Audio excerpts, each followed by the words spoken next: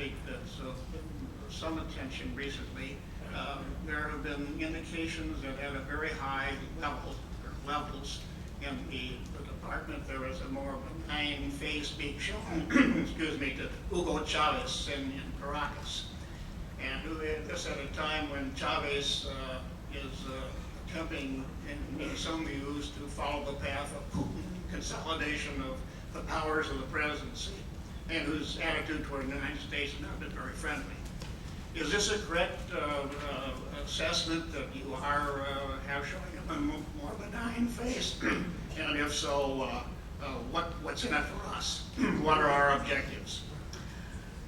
Well, I think that from our analysis, when we look around the world, actually, we see a number of countries and leaders, Chavez is one of them, but not the only one, who over the last 8 years has become more and more negative and oppositional to the United States.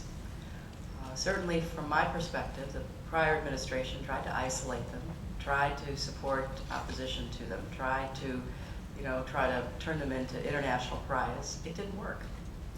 And we are going to see what other approaches might work. We have no guarantees here that we can create a better relationship with someone who has a different view of politics, the economy, and so much else. But we think it's worth trying to just explore this and see what comes of it. And I have to say that I don't think in today's world, where it's a multipolar world, where we are competing for attention and relationships with at least the Russians, the Chinese, the Iranians, that it's in our interests to turn our backs on countries in our own hemisphere. So we're going to try some different approaches, no illusions about who we're dealing with or what the issues are. But I think it's worth a try, because what we've been doing hasn't worked very well.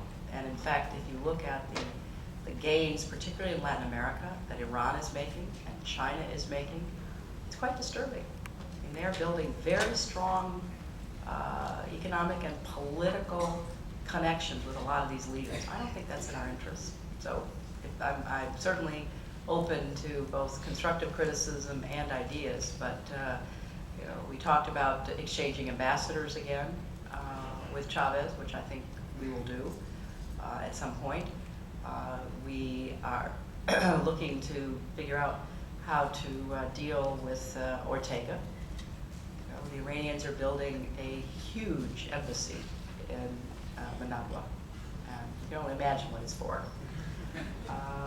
We want to try to build better relationships with Korea, and we want to see if we can figure out how to get an ambassador back and work with Morales in Bolivia. Now we're facing an almost united front against the United States regarding Cuba. Every country, even those with whom we are closest, is just saying, you got to change. You can't keep doing what you're doing. We would like to see some reciprocity from the Castros on political prisoners, human rights, and other matters. So we're looking at a number of different relationships and trying to figure out whether we can be more productive. My bottom line is, what's best for America? How do we try to influence behavior that is more in our interest than not? And that's how we're looking at it. Thank you all.